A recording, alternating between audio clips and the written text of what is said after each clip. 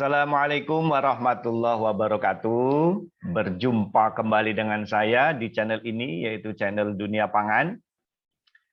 Pada video kali ini saya akan membahas mengenai lipida, yaitu lipida fungsional. Lipida fungsional ada dua kategori. Yang pertama adalah fosfolipid, yang kedua lipida yang tidak memiliki asam lemak, yaitu lipida tanpa asam lemak dari golongan steroid. Nanti steroid ada dua golongan juga. Nah, pada video ini saya akan fokus membahas mengenai fosfolipida. Jadi fosfolipida ini merupakan salah satu lipida penting yang ada di dalam bahan pangan dan memiliki efek positif atau memiliki efek tertentu di dalam metabolisme tubuh. Nah, salah satunya lipida ini digunakan untuk terapi kecantikan. Karena apa? Karena lipida ini digunakan untuk menyusun membran sel. Jadi kalau Anda kulitnya ingin tetap kencang, terus kulitnya akan halus, ini dipengaruhi oleh konsumsi lipida ini. Demikian juga kalau Anda otaknya ingin tetap encer, memiliki daya ingat yang bagus, otaknya tidak pikun. Nah, kuncinya juga ada di lipida-lipida ini. Nah, fosfolipida ini merupakan lipida unik yang sebenarnya dikonsumsi di dalam tubuh dalam jumlah yang relatif kecil, karena merupakan fungsional. Nah, apabila lipida ini dikonsumsi dalam jumlah yang banyak atau berlebih, ternyata dia juga akan dimetabolisme sebagaimana lipida pada umumnya, yaitu digunakan sebagai bahan bakar atau disimpan dalam bentuk lapisan adiposa yang akan disimpan di lapisan kulit. Jadi kita mengkonsumsi lipida, walaupun ini merupakan lipida fungsional, sebaiknya dikonsumsi dalam jumlah yang secukupnya saja. Karena kalau dikonsumsi dalam jumlah yang berlebih, maka akan dimetabolisme atau akan diperlakukan sama seperti pada saat kita mengkonsumsi trigliserida atau triasilgliserol. Nah, sebelum kita membahas lebih lanjut, saya masih akan sedikit mengingatkan kembali bagi Anda yang sudah lupa, bagi Anda yang masih ingat, ya alhamdulillah.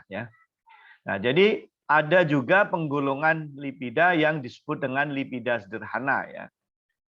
Jadi lipida sederhana ini dapat diartikan sebagai lipida yang apabila dihidrolisis ini akan menghasilkan 3 asam lemak.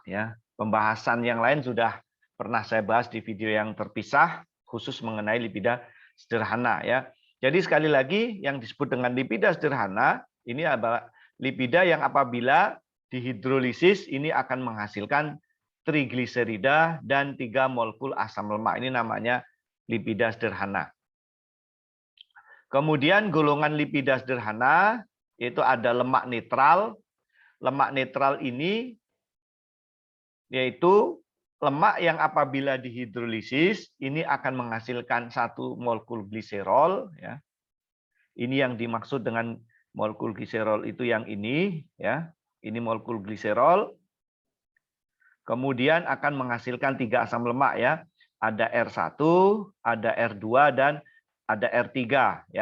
Jadi ini hasil hidrolisisnya 3 asam lemak, kemudian 1 gliserol. Inilah yang disebut dengan lemak netral. Nah, golongan kedua dari lemak sederhana ini ada malam atau wax. Wax ini merupakan ester asam lemak rantai panjang dengan alkohol rantai panjang. Jadi ini gabungan antara 2 molekul. Yang pertama adalah molekul alkohol, alkohol. Kemudian yang kedua asam lemak. Jadi asam lemak yang dipadukan dengan alkohol dan dua-duanya merupakan molekul atau senyawa yang memiliki rantai yang panjang, sama-sama yang panjang. Jadi dari komponen ini pada saat wax atau malam dihidrolisis tentu akan menghasilkan asam lemak dan alkohol. Hasilnya tentu bukan gliserol karena ini merupakan paduan antara asam lemak dan alkohol. Berikutnya yang kedua adalah lipida majmuk. Ya.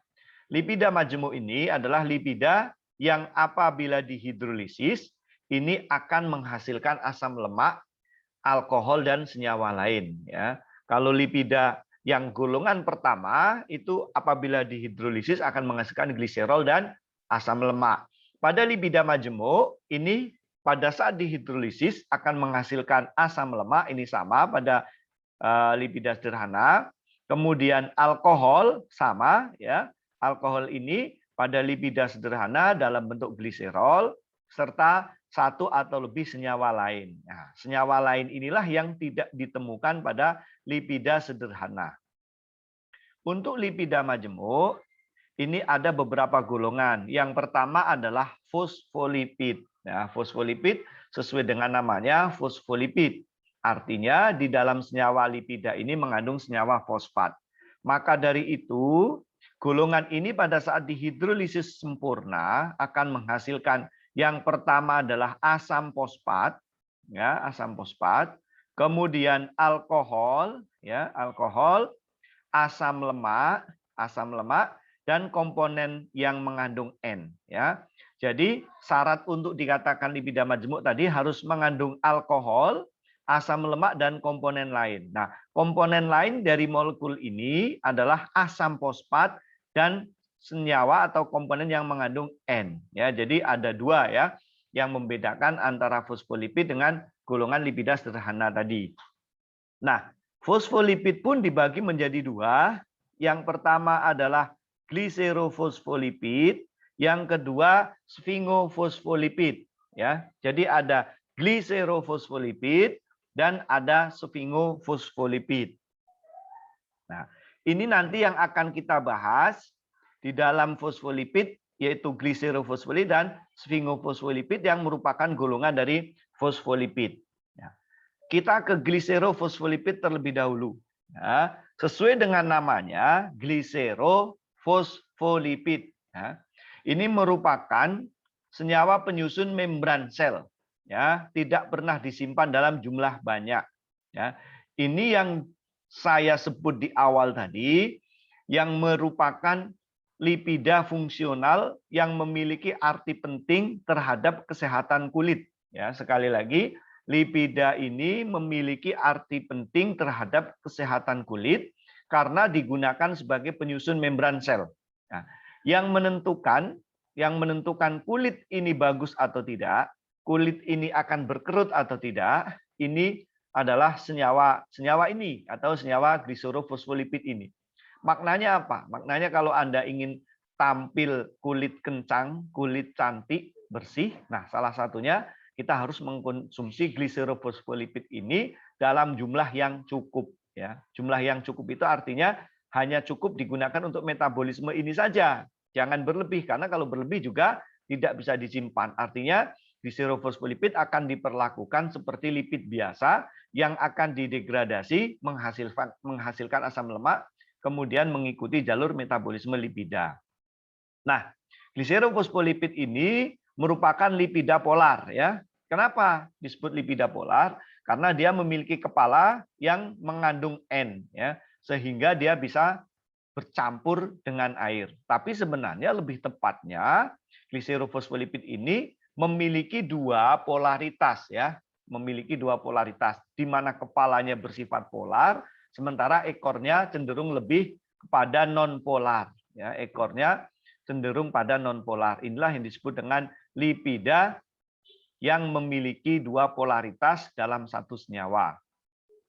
Kemudian disebut juga sebagai fosfogliserida ya. Disebut dengan fosfogliserida, ini mengacu pada bentuk molekulnya di mana senyawa gliserofosfolipid ini mengandung gliserol ya, kemudian mengandung 3 asam lemak, dan selain mengandung gliserol dan 3 asam lemak mengandung fosfo atau fosfor, sehingga disebut dengan fosfogliserida ya.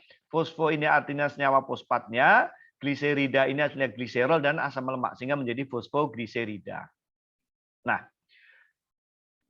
di dalam senyawa gliserofosfolipid ini mengandung beberapa senyawa penting Yang pertama adalah gliserol. Gliserol ini yang digunakan sebagai kerangka dasar untuk melekatkan asam lemak. Kemudian ada asam lemak, ya. Asam lemaknya itu bisa berkisar antara C18 sampai C16 sampai C18. Ini yang menempel pada R1 dan kategori jenuh. Kemudian ada R2, ini tidak jenuh. R3 mengandung gugus fosfat dan kepala. Nah, gugus fosfat dan kepala ini yang terikat pada R3 ini yang bersifat polar, Sementara dua ekor yang lain ya, yaitu ekor R1 yang merupakan C16 sampai C18 yang merupakan asam lemak jenuh dan R2 yang merupakan asam lemak tidak jenuh, ini bersifat non-polar. Ya, bersifat non-polar, sehingga kepalanya polar, ekornya non-polar. Ya, jadi kalau saya gambarkan struktur dari gliserofosfolipid ini seperti ini, di mana dia mempunyai kerangka dasar, ya, kerangka dasar gliserol yang saya gambarkan dalam warna hitam ini merupakan senyawa gliserol. Kemudian gliserol ini memiliki 3 tangan, yaitu R1. Kemudian R2, R3 sebenarnya seperti ini. Tetapi karena kepalanya ini terikat pada fosfat, maka dari itu R1 akan diberi angka pada R tengah, ini merupakan R1, yang paling dekat dengan gugus fosfatnya. Nah, R1 ini, ya, R1 ini mengandung asam lemak yang tidak jenuh, ya, bisa jadi C16, asam lemak jenuh, R1 merupakan asam lemak jenuh, yang bisa berisi C16 maupun C18 ya, ini jenuh. Maka ini saya gambarkan dalam struktur 3 dimensi yang berbentuk lurus ya. Ini adalah asam lemak bisa berisi palmitat atau yang lain ya, bisa C16 atau C18. Berikutnya adalah R2 di mana R2 ini berisi asam lemak tak jenuh ya, asam lemak tak jenuh bisa C18, bisa C20. Nah, karena ini tak jenuh, maka gambar dan struktur 3 dimensinya digambarkan bengkok, ya, seperti ini. Nah, berikutnya bagian kepalanya ini akan berikatkan dengan fosfat. Nah, senyawa fosfat inilah yang disebut dengan gugus polar. Ya, jadi ini polar, kemudian ekor R1 non polar, ekor R2 non polar. Dan gugus fosfatnya berikatan dengan kepala. Ya, gugus fosfatnya berikatan dengan kepala. Nah, kepalanya bisa berisi apa saja, ya. Jadi kepalanya bisa berisi senyawa tergantung, ya. Kepalanya bisa berisi serin, ya. Kepalanya bisa berisi serin, bisa juga berisi inositol. Kepalanya bisa berisi inositol dan bisa juga berisi etanolamin. Nah, 3 senyawa ini, fosfatidilserin, fosfatidil inositol kalau dia mengandung senyawa inositol atau fosfatidil etanolamin, inilah yang kemudian disebut dengan lecitin. Ya, lecitin ini banyak ditemukan pada kuning telur. Kemudian ditemukan juga pada produk kedelai, ya, sehingga disebut dengan soy lecithin yang banyak digunakan sebagai emulsifier. Ya, ada juga yang sekarang digunakan sebagai creamer tambahan atau campuran susu pada berbagai produk kopi.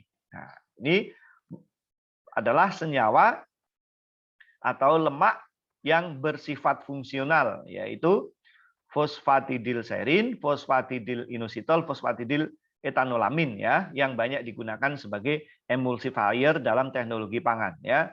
Tetapi di dalam pada saat kita konsumsi, bahan-bahan ini berfungsi sebagai penyusun membran sel yang sangat menentukan terhadap kelenturan kulit kita. Nah, jadi kalau kita memiliki fosfolipida dari golongan ini, kemudian kita hidrolisis sempurna, maka isinya adalah ya, yang pertama adalah gliserol, ini isinya, kemudian asam lemak jenuh, ya, asam lemak jenuh, asam lemak tak jenuh, ini merupakan R1, asam lemak tak jenuh R2, dan kepala, ya, kepala yang terikat pada fosfat. Ya, jadi ini kalau saya gambarkan dimensi yang mudahnya akan menjadi seperti ini. Sekali lagi, untuk struktur gliserofosfolipid ini terdiri dari gliserol, kemudian asam lemak tak jenuh yang terikat pada R1, asam lemak tak jenuh yang terikat pada R2, kemudian fosfat dan kepala yang terikat pada fosfat, ya. Itulah gliserofosfolipid. Kelompok yang kedua adalah sfingolipida, ya. Sfingolipida. Sfingolipida ini merupakan fosfolipid yang mengandung alkohol berupa sfingosin, ya. Jadi kalau golongan pertama tadi alkoholnya berupa gliserol, pada golongan sfingolipida gliserol diganti dengan sfingosin. Nah, ini gambar dari struktur sfingosin. Ya, jadi sekali lagi pada gliserofosfolipid senyawa lipida asam lemak itu terikat pada gliserol sebagai kerangka dasarnya. Sementara pada sfingolipida kerangka dasarnya adalah sfingosin. Ya, sfingosin ini digunakan sebagai pengganti gliserol. Nah, sfingolipida sendiri terdiri dari alkohol yang berupa sfingosin. Ya, sfingosin ini yang menggantikan gliserol, kemudian asam lemak, asam fosfat, dan kolin. Ya, kolin. Sekali lagi, yang membedakan antara sfingolipida dan fosfolipida terletak pada adanya gliserol. Ya, ada gliserol. Yang pertama ya. Jadi pada sfingolipida tidak ada gliserol, pada fosfolipida ada gliserol. Kemudian kepala, ya, kemudian kepala. Kepala mengandung NH3. Ya, kepalanya mengandung NH3. Nah, kepalanya mengandung NH3. Pada fosfolipid ada kepala yang mengandung NH3. Tadi dari golongan apa? Ya, yaitu ada golongan inositol, serin, kolin. Nah, sementara pada fosfolipida, pada golongan sfingolipida, kepalanya ini NH3 yang ada ini merupakan bawaan dari sfingosin, ya. Jadi bawaan dari sfingosin. Jadi kalau saya gambarkan struktur lengkapnya dari sfingosin, nah salah satunya adalah sfingomielin. Ini contohnya ya. Contoh senyawa sfingofosfolipida yang banyak ditemukan dalam tubuh kita adalah sfingomielin, ya. Oke, bahwa sfingomielin ini memiliki sfingolipida.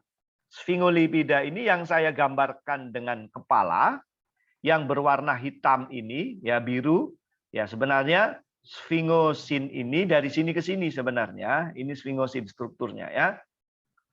Kemudian mengandung fosfat yang disebut dengan fosfokolin. Nah, fosfokolin yang terikat pada R2, ini R2. Kemudian yang terikat pada R1, ini adalah senyawa asam lemak. Ya, asam lemaknya berupa asam lemak tak jenuh dari golongan asam oleat. Ya, dari golongan asam oleat. Oke, jadi ini R2-nya. Oke, kemudian terikat pada NH3, di mana NH3-nya ini merupakan molekul atau penyusun dari sfingosin. Ya. Jadi kalau kita punya struktur fosfolipida, saya gambarkan ya, saya gambarkan dalam gambaran yang sederhana, maka bentuknya akan seperti ini ya. Yaitu yang pertama adalah sfingosin, ya, sfingosin. Kemudian sfingosin ini memiliki ikatan asam fosfat yang terikat dengan kolin, ya. Maka pada saat dihidrolisis sempurna akan menghasilkan sfingosin, asam fosfat dan kolin. Ya. Kemudian ada ikatan amida yang berikatan dengan asam lemak, ya. Jadi kalau pada fosfolipida yang pertama mengandung dua asam lemak, yaitu asam lemak jenuh dan asam lemak tidak jenuh. pada sfingofosfolipida ini hanya mengandung satu asam lemak tak jenuh saja, sementara asam lemak yang kelihatannya seperti asam lemak jenuh itu sebenarnya terikat atau senyawa sfingosin itu sendiri, ya. Jadi sfingosin itu sendiri. Nah, cukup jelas ya. Nah, kemudian yang perlu diperhatikan ya, pada sfingofosfolipid ada namanya ikatan amida karena ada NH3 dari sfingosin yang berikatan dengan gugus C, nah, CO. Ya, inilah yang disebut dengan ikatan amida pada sfingomielin. Golongan yang kedua, ya, golongan yang kedua adalah glikolipid. Ya, golongan pertama tadi ada fosfolipid. Ya, yang kedua adalah glikolipid. Nah, sesuai dengan namanya glikolipida, artinya ya glikolipida ini artinya molekul lipida yang apabila dihidrolisis akan menghasilkan molekul gula, kemudian molekul alkohol.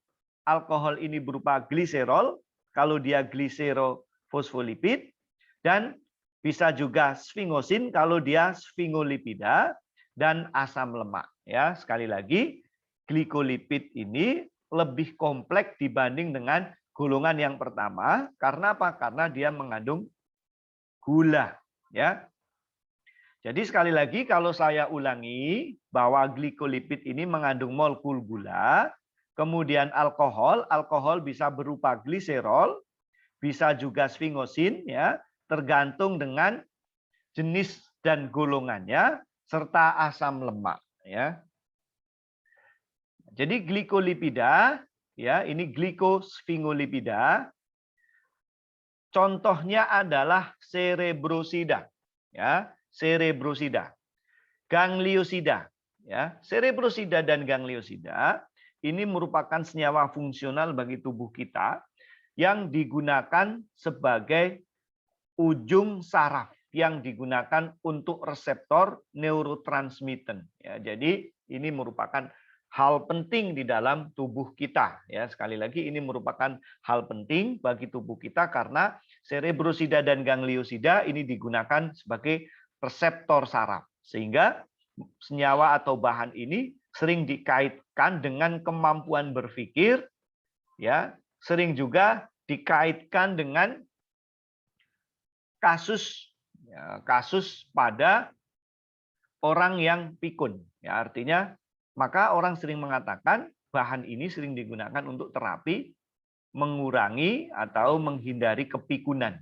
Ya, karena ini, nah, cerebrosida ini juga sering disebutkan sebagai nutrisi sel otak. Ya, orang sering menyebutnya sebagai nutrisi sel otak. Nah, senyawa ini tidak mengandung fosfat dan tidak bermuatan karena kepalanya netral. Nah, kepala dari bahan ini bisa berupa D-glukosa, bisa berupa D-galaktosa, dan bisa juga dalam bentuk N-asetil D-galaktosamin. Nah, khusus untuk N-asetil D-galaktosamin, ini juga bisa digunakan untuk terapi persendian. Ya, ini digunakan banyak dimanfaatkan untuk terapi persendian, biasanya bagi orang-orang yang usianya sudah mulai berumur, ya, sendi-sendinya sudah mulai keropos, ya, maka bisa digunakan terapi pengobatan dengan memanfaatkan N-asetil galaktosamin. Ya. Ini adalah bentuk strukturnya, ya, strukturnya. Ini adalah sfingomielin yang saya gambarkan warna hitam. Ini adalah sfingomielin. Ya, ini adalah kerangka dasarnya sebagai kerangka alkohol. Tadi kerangka dasar untuk glikolipid ini bisa berupa gliserol, bisa berupa sfingolipida, ya. Maka kalau dia gliserol maka menjadi glikolipida, sementara kalau dia struktur dasarnya sfingosin, ya, maka akan menjadi gliserosfingolipida, ya, akan menjadi gliseroglukolipida, ya, maka akan menjadi glikosfingolipida, ya, agak susah juga disebutnya, salah-salah jadinya. Ya, sekali lagi kalau strukturnya ini adalah sfingosin, maka akan menjadi glikosfingolipida. Ya, kalau dia gliserol, maka namanya glikolipida. Ya, glikolipida. Oke, kita kembali ke struktur ini. Nah, bagian kepalanya maka bisa berupa D-glukosa, bisa berupa D-galaktosa. Nah, kemudian ekornya ada 2 ekor. Yang pertama adalah ekor yang berasal dari sfingosin sendiri, ya, yang terdiri dari C12, 13, 14, 15, 16, ya, yang terdiri dari C16. Ini sebenarnya berasal dari sfingosin. Kemudian ada R yang terikat dengan ikatan amida yang berupa asam oleat. Nah, jadi ini struktur untuk glikosfingolipida. Ya. Nah, ini contoh dari glukoserebrosida. Ya.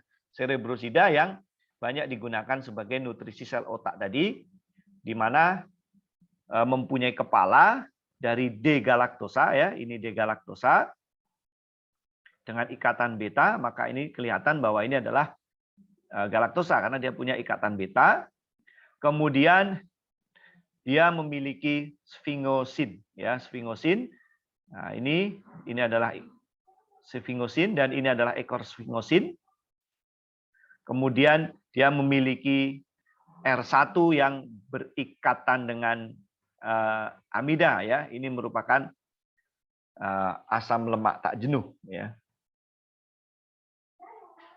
Nah, jadi kalau kita memiliki glikolipida, ya, kemudian kita hidrolisis secara sempurna, atau kemudian saya gambarkan dalam gambaran yang paling sederhana, maka glikolipida dia memiliki 2 kerangka dasar. Yang pertama adalah kerangka gliserol, yang kedua adalah kerangka dari sfingosin. Ya. Kita bahas terlebih dahulu kalau dia memiliki kerangka gliserol, pada saat dihidrolisis sempurna, maka glikolipida akan menghasilkan gliserol, kemudian 2 asam lemak, di mana yang satu berikatan dengan R1, yang satu berikatan dengan R2, ya, dan kemudian kepala, ya, kepala yang merupakan molekul gula yang bisa berasal dari glukosa, bisa juga berasal dari galaktosa, ya. Ini adalah glikolipid. Kalau dia sfingo, ya, glikosfingolipid, maka kalau kita hidrolisis sempurna, maka akan menghasilkan sfingosin, kemudian molekul gula dan asam lemak. Jadi asam lemaknya hanya satu saja, ya, hanya satu saja. Ini juga merupakan salah satu bentuk lipida fungsional yang memiliki fungsi penting di dalam tubuh, yang salah satunya digunakan sebagai nutrisi sel otak. Ya, jadi bahan ini banyak digunakan untuk terapi kesehatan, yang digunakan untuk mengurangi kepikunan, ya, untuk meningkatkan daya ingat dan mengurangi kepikunan. Itulah golongan dari senyawa serebrosida, ya, yang merupakan glikosfingolipida, ya. Oke. Kemudian ada derivat lipida, ini merupakan zat yang diturunkan dari hasil hidrolisis golongan-golongan lipida. Ya, derivat lipida ini terdiri dari asam lemak jenuh, kemudian asam lemak tak jenuh. Ada 2 asam lemaknya, ya, asam lemak jenuh dan asam lemak tak jenuh. Kemudian gliserol. Gliserol ini yang digunakan sebagai kerangka dasar untuk melekatkan asam lemak. Kemudian ada juga steroid, kemudian aldehid, dan senyawa-senyawa keton yang lain. Ini merupakan hasil hidrolisis atau derivat lipida atau asam lemak. Nah, ini tadi saya jelaskan salah satu fungsi asam lemak yang paling fungsional digunakan sebagai penyusun membran sel, ya, di mana dia memiliki kepala, ya, kemudian tengahnya ini adalah merupakan ekornya, ya. Jadi ada 2 senyawa atau 2 lapis, ya. Yang pertama ini adalah bagian kepalanya, ini yang bersifat polar, ya, artinya kepalanya ini yang bersifat polar. Kemudian bagian tengahnya ini yang bersifat non-polar, ini yang berisi asam lemak, terdiri dari 2 kategori, yaitu asam lemak jenuh dan asam lemak tidak jenuh. Ya. Ini ada sisi dalam dan sisi luar. Nah, kemudian posisi-posisi tadi ada bahan-bahan tadi, ya. Yang pertama ada oligosakarida, ini letaknya ada di bagian permukaan. kemudian ada glikoprotein, ya, glikoprotein. Ini juga letaknya ada di bagian permukaan. Ada gliserolipida, ini ada di bagian permukaan yang dia digunakan sebagai bagian penyusun komponen-komponen polar, ya, artinya di bagian atas. Nah, inilah yang digunakan sebagai lapisan, ya. Jadi kalau saya gambarkan, ini ada dua lapisan. Yang pertama adalah lapisan fosfolipid, yang bagian yang ada di bawah ini yaitu bagian polar. Kemudian ada fosfolipid bilayer, ya, artinya fosfolipid yang terdiri dari dua lapisan, ya, bagian-bagian ekornya. Ini yang menjadi bagian penting untuk menyusun bagian dari membran sel, ya, yang digunakan untuk menyusun bagian membran sel. Nah, itulah bahasan kita yang merupakan bahasan lipida penting yang ada di dalam makanan dan memiliki arti fungsional pada saat dikonsumsi, ya. Mungkin saya akan jelaskan sekali lagi arti penting fungsional dalam fosfolipid. Yang pertama merupakan penyusun membran sel yang sangat menentukan apakah kulit kita akan halus dan fleksibel, ya, apakah kulit kita akan tetap kenyal dan mengkilat, ya, itulah disebabkan karena fosfolipida. Yang kedua, apakah otak kita bisa bekerja dengan baik, ya, daya ingat kita bagus dan respon saraf kita bagus, itu karena salah satunya adalah cerebrosida yang juga merupakan bagian dari sfingolipida. Nah, maka dari itu kulit yang kenyal, kulit yang halus, dan otak yang encer atau tidak pikun itu merupakan bagian penting dari orang yang menyebutnya sebagai kondisi awet muda. Ya, maka dari itu konsumsi lipida dari golongan ini dalam jumlah yang cukup sangat menentukan kondisi kesehatan kita. Oke, baik, inilah bahasan kita. Terima kasih dan saya akhiri. Assalamualaikum warahmatullahi wabarakatuh.